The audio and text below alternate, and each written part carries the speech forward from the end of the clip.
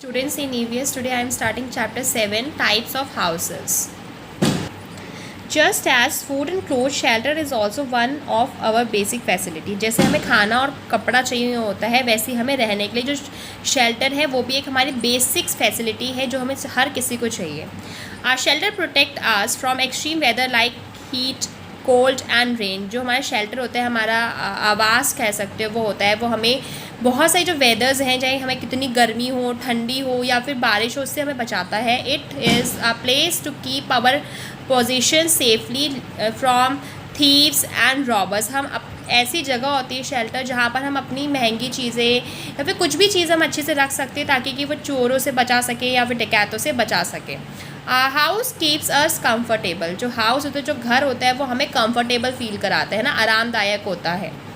Even animals have been provided certain provisions by nature to keep them safe, like a tiger and zebra have strips. Polar bears have thick fur to save them from the cold condition etc. जो animals हैं उनको भी जो nature ने उनको safe रहने के लिए भी उनके बॉडी पे ऐसी चीज़ें बनाई गई हैं ताकि कि वो हर मौसम को क्या कर सके, झेल सके. जैसे टाइगर और जेब्रा होता है, उनके बॉडी पे स्ट्रिप्स होती हैं, ठीक है, देख सकते हो, है ना. जो पोलर बियर होता है उसके ऊपर बहुत ही मोटी लेयर होती है, थिक लेयर होती है, उसके ऊपर बहुत ज़्यादा मोटे बाल होते हैं, क्योंकि पोलर बियर कहाँ पर पाया जाता है, ज़्यादातर ठंडे इलाके में, इसीलिए वो उनके जो बाल होते हैं बहुत ही ज़्यादा मोटे होते हैं ताकि वो ठंडी से बचा सके अपने आप को. तो ये नेचर ने इनको प्रोवाइड किया गया है शेल्टर. एक टाइप से शेल्टर समझ सकते हो, ठीक है. Building a house mainly depends upon 3 factors. अगर हम कोई घर बना रहे हैं तो 3 चीज़ों पर निर्भर करता है. Weather conditions in the area, एक तो वहाँ का मौसम कैसा है, उस जगह का, एरिया का. मटेरियल अवेलेबल, वहाँ पर क्या क्या चीज़ें आपको उपलब्ध हैं. इकोनॉमिक कंडीशन, और आपकी कैसी इकोनॉमिक कंडीशन है, आपके पास कितना पैसा है या फिर आप कैसा घर बना सकते हो, महंगा, मतलब वो तो आपके ऊपर डिपेंड करता है कि आपके इकोनॉमिक कंडीशन कैसी है, ठीक है.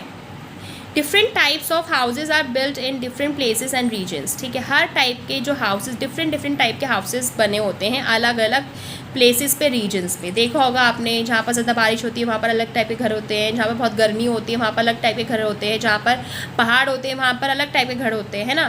तो जहाँ पर बहुत ठंडी होती है वहाँ पर भी बहुत अलग टाइप के घर होते हैं. तो ये सारी जो डिफरेंट टाइप के हाउसेज बनाए जाते हैं अलग अलग जगह पे और रीजन के according. Houses in cold region, जो घर है जहाँ पे बहुत ठंडी पड़ती है वहाँ पर कैसे बनते हैं. The cold region of the Arctic is completely covered with snow through out the year. जो कोल्ड रीजन हमारा समझ लो आर्टिक है, जो हमेशा पूरे साल भर किससे ढका रहता है, ठंड, स्नो से, बर्फ़ से ढका रहता है. So the people living there have found a way to use slabs of ice to build special houses, ठीक है. जो वहाँ के जो लोग होते हैं रहने वाले, वो क्या करते हैं, जो बर्फ़ की जो स्लैब्स होती है ना, उनका यूज़ करके अपना एक स्पेशल घर बनाते हैं.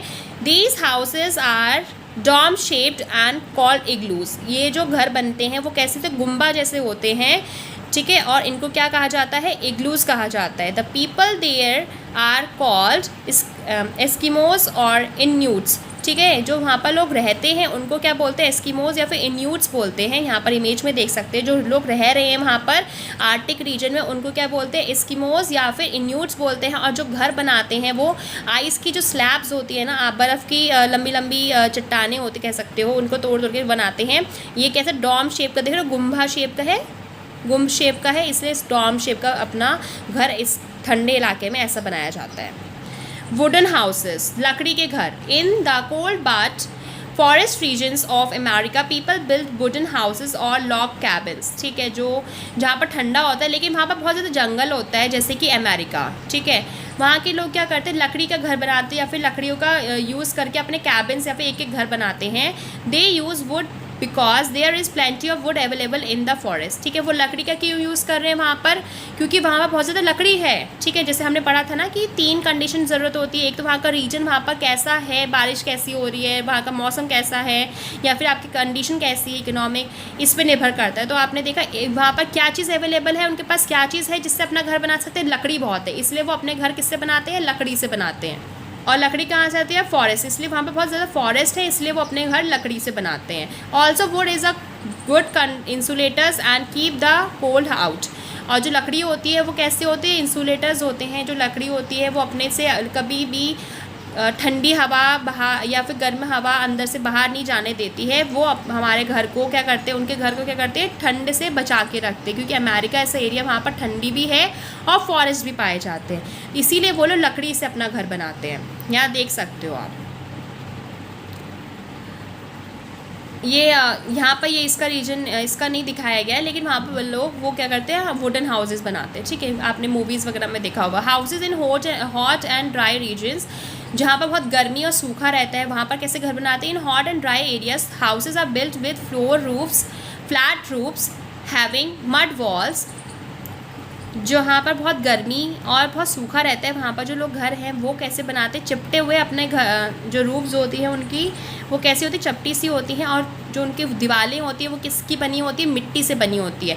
These walls keep the house cool and roofs can be use to sleep at night. और उनके जो छतें होती हैं वो कैसी होती, चपटी होती है, जैसे नॉर्मल हमारे घरों में कैसी जो रूफ्स हैं वो कैसी हैं, एकदम फ्लैट हैं, और जो उनके घर की वॉल्स होती हैं वो मिट्टी से बनी होती है। क्यों बनी होती है, उससे क्या होता है, उनके मिट्टी से बने हुए जो घर होते हैं वो ठंडाते हैं, है ना, क्योंकि जहाँ पर ज़्यादा गर्मी पड़ेगी तो वहाँ पर कहाँ से ठंडा करेंगे, तो वो इसीलिए मिट्टी से बनी हुई दीवारें बनाते हैं। और जो छत की जो रूफ़ होती है वो कैसी होती है, फ्लैट होती है, ताकि कि रात में जाके ऊपर सो सके छत पे।